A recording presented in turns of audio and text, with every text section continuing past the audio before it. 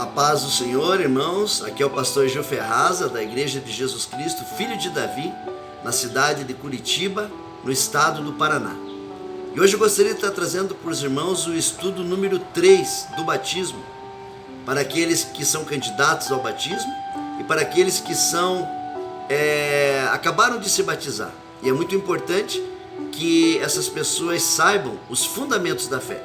E o tema do estudo hoje é salvação pela graça de Deus. E para podermos estar fazendo esse estudo, eu quero estar lendo para os irmãos a carta aos Efésios, capítulo 2, versículo 8 e 9, que está escrito assim: porque pela graça sois salvos, mediante a fé, e isso não vem de vós, é dom de Deus, não de obras, para que ninguém se glorie. Oh, glória a Deus, aleluias. Aqui, o apóstolo Paulo ele vem nos ensinar que a salvação do ser humano é pela graça de Deus e não pelas suas obras. Mas vamos entender então como que é a salvação pela graça de Deus. O que é a graça de Deus? Graça é um favor imerecido, significa presente. Graça é um presente que recebemos de Deus sem merecimento das nossas boas obras. Não conseguimos receber a graça de Deus por nossos méritos ou por obras da nossa carne. Ninguém pensa em pagar por um presente que recebe.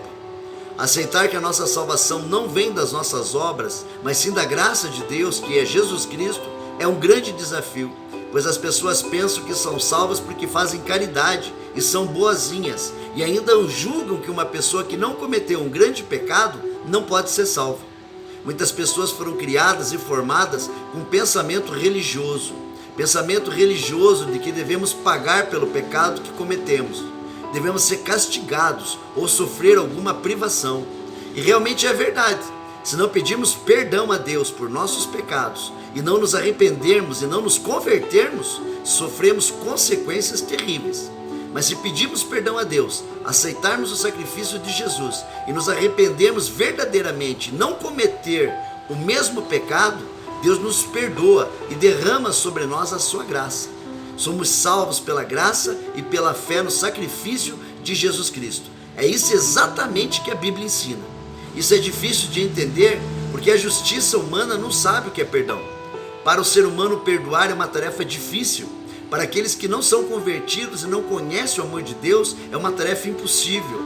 Perdão é coisa divina, porque se não fosse o perdão de Deus, estaríamos todos condenados a não sermos salvos e ir para o inferno. Na parábola do filho pródigo, aquele jovem que saiu de casa por rebeldia não tinha direito algum, pois já tinha recebido antecipadamente sua parte da herança de seu pai e a desperdiçou. Mesmo assim, o pai, exercendo a lei do amor, o recebeu de volta. Se olharmos do ponto de vista humano, aquilo foi injusto, o pai receber o filho rebelde e desobediente de volta, razão pela qual o irmão mais velho não aceitou a atitude do pai. Do ponto de vista humano, quem não conhece a palavra de Deus acha a graça de Deus também injusta. Como Deus pode perdoar um assassino? Mas Deus perdoa quem reconhece seus erros e verdadeiramente muda de vida e de atitudes. Jesus perdoou e salvou o ladrão na cruz pela sua graça. As pessoas que não têm a Bíblia como regra de fé e que não conhecem as Escrituras pensam que só recebe a salvação quem é bonzinho, quem faz boas obras e quem está na religião verdadeira. Na maneira de pensar humana, nenhum pecador que cometeu erros graves merece salvação, só os bonzinhos. O apóstolo Paulo, que perseguiu, matou e prendeu cristãos, nos dias de hoje, se fosse julgado pelas pessoas, iria para o inferno. Mas ainda bem que foi julgado por Deus e recebeu a Jesus Cristo e a sua graça e se tornou um dos apóstolos que mais trabalhou para o reino de Deus. Precisamos entender que o ser humano que não é salvo é condenado por não crer em Jesus, por seu coração ser duro diante de Deus, de não se arrepender de seus erros e não aceitar pela fé o sacrifício de Cristo. Deus, na sua onisciência, sabia que quando uma pessoa não é salva, não vai ser pela escolha de Deus, mas por sua própria escolha em não se render a Cristo e não obedecer a Deus e a sua palavra. Voluntariamente e por seu livre-arbítrio, uma pessoa que não for salva preferiu não escutar o Evangelho e se afastar de Deus. preferiu deixar-se levar pelos desejos da sua carne, tomou a direção oposta, preferiu seguir os princípios e ensinos do mundo, preferiu seguir uma falsa religião e não os princípios e ensinos de Deus, escritos em sua palavra, a Bíblia. A graça da salvação de Deus é para quem reconhece que precisa dela, mas só pode se apropriar da graça de Deus aquele que reconhece que é pecador, que errou o alvo, que se desviou e deu as costas ao seu Deus e ao seu Criador. A graça de Deus se manifesta quando há arrependimento genuíno e quando há humildade em aceitar o sacrifício de Jesus. Jesus andava com os pecadores, andava com cobradores de impostos, andava ao lado de prostitutas, e Jesus era condenado pelas autoridades religiosas por causa dessa atitude de andar ao lado de pecadores. Jesus recebia os pecadores, mas resistia aos religiosos. Por quê? Porque os religiosos, por causa do seu orgulho e da sua religiosidade, não reconheciam o seu pecado e se achavam melhores que os outros, se achavam até melhores que Jesus. Os religiosos da época de Jesus se achavam bons demais, resistiam a aceitar Jesus como Filho de Deus, pensavam que não havia necessidade da graça de Deus, porque achavam que não tinham pecado, pensavam que eram justos em si mesmos, não conseguiam ver que Jesus veio para os pecadores e não para os religiosos, que veio para os doentes e não para os curados. Porém, a Bíblia nos ensina que todas as pessoas são pecadoras, porque o pecado tomou toda a raça humana por causa do pecado de Adão e Eva. A religião tornou-se o maior empecilho para que as pessoas se aproximem de Deus. Elas dizem: eu já tenho a minha religião, meu avô foi dessa religião, meu pai foi dessa religião, agora por isso não vou mudar, vou continuar servindo a outros deuses. As pessoas confundem tradição religiosa de família por ser servo de Cristo e não em servir uma religião, mas servir a Cristo. Mas vamos ver um exemplo da graça de Deus na Bíblia. Quando Jesus estava na cruz, 2 ladrões ficaram ao seu lado, um à direita, outro à esquerda. Alguém poderia dizer: mas que injustiça, pois aquele ladrão fez mal às pessoas durante toda a sua vida, não frequentou uma igreja, nunca leu a Bíblia, não fez lindas orações, nem cantou belos hinos, e como é que pode ser salvo por Jesus e ir para o paraíso? A graça causa exatamente esse espanto. Aos olhos humanos é injusta, mas assim como aquele ladrão não merecia, nem eu e nem você merecemos. A graça nos alcançou porque Deus ama a todos igualmente. São as pessoas que escolhem não andar nos caminhos de Deus. O ladrão nem mesmo pediu perdão, mas suas palavras revelaram o que estava no coração quando ele disse: eu mereço, ou seja, pequei, por isso estou condenado. A Bíblia diz que a nossa parte é tão somente confessar, e confessar significa se arrepender, como fez aquele ladrão. Se confessarmos a Jesus Cristo, recebermos a Jesus Cristo em nossa vida, se nos arrependermos verdadeiramente de nossos pecados e nos convertermos verdadeiramente a Cristo, a graça de Deus, que é Jesus Cristo, tem o poder de nos dar a salvação e a vida eterna. Amém?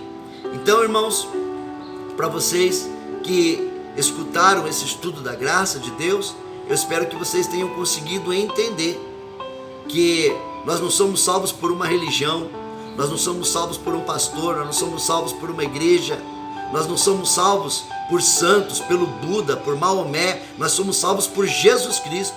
Jesus Cristo não é uma religião, Jesus Cristo é um caminho a seguir.